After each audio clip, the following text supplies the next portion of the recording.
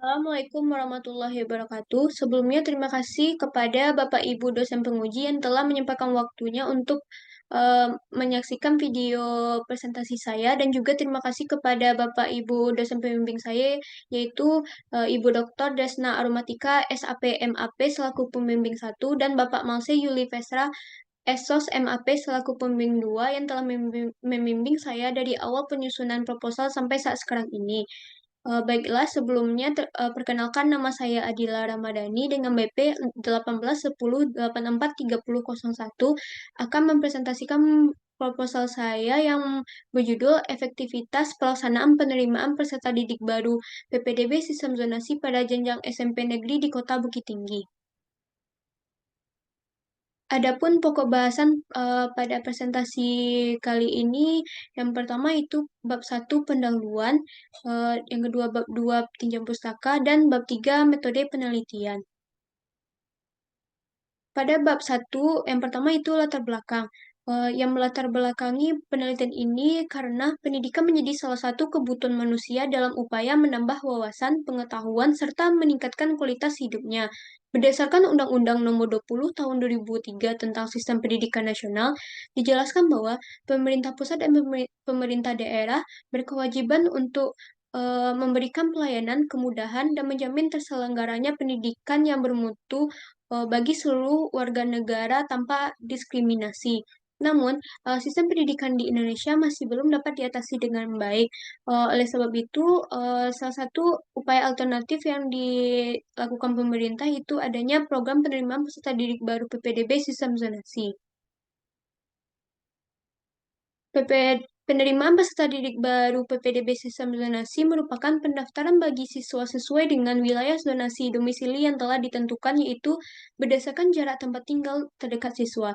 Adapun tujuan sistem zonasi dalam penerimaan peserta didik baru menurut Peraturan Menteri Pendidikan dan Kebudayaan Republik Indonesia Nomor 44 Tahun 2019 yaitu mendorong peningkatan akses layanan pendidikan.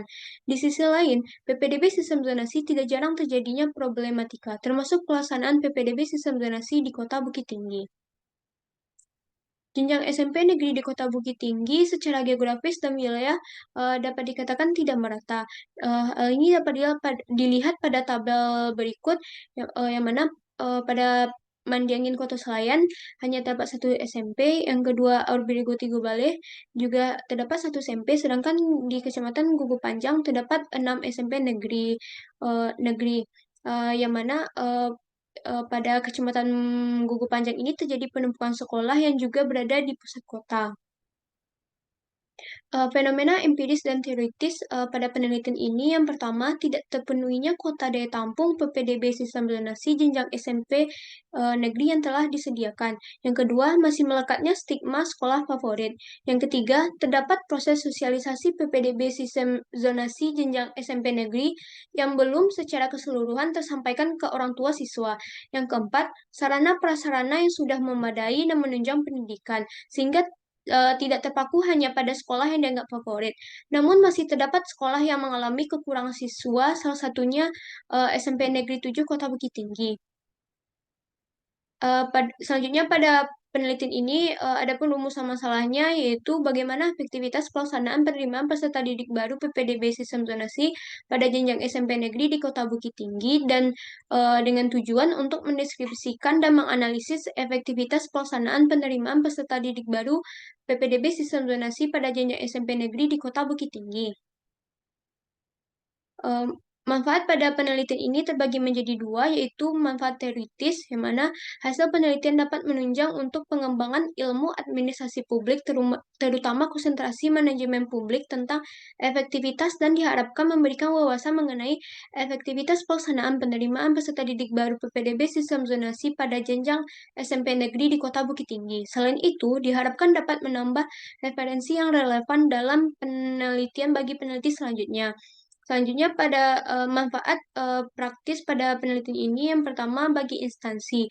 Penelitian digunakan sebagai bahan masukan dan pertimbangan dalam pelaksanaan penerimaan peserta didik baru PPDB sistem zonasi.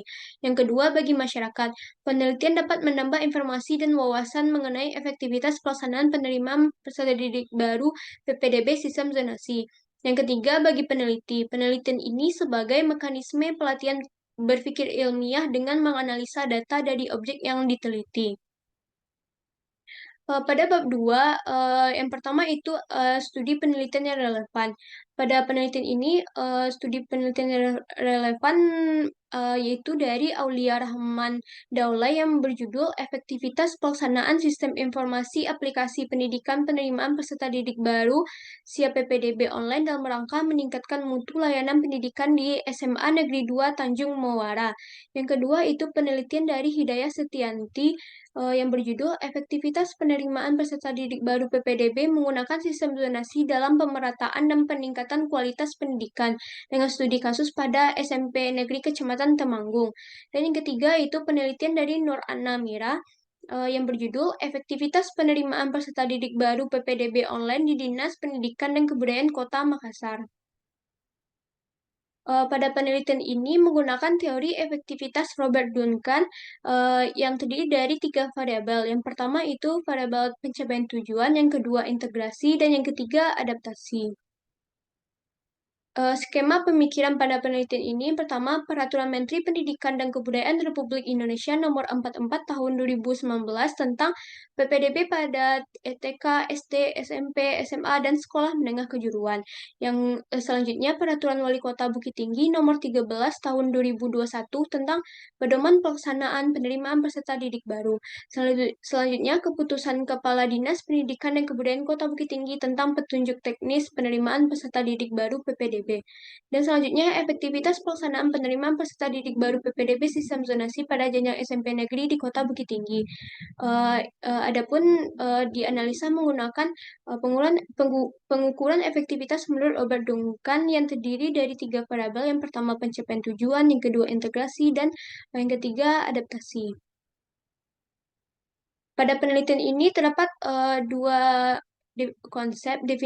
definisi konsep. Yang pertama itu efektivitas adalah keadaan yang diinginkan di mana hasil yang terjadi sesuai dengan tujuan yang telah ditetapkan sebelumnya. Dan yang kedua itu penerimaan peserta didik baru PPDB sistem zonasi merupakan upaya alternatif yang dilakukan oleh pemerintah dalam mendorong peningkatan akses layanan pendidikan berdasarkan jarak tempat tinggal terdekat. Definisi operasional pada penelitian ini yang pertama itu variabel pencapaian tujuan. Pada variabel pencapaian tujuan ini terdiri dari 3 indikator.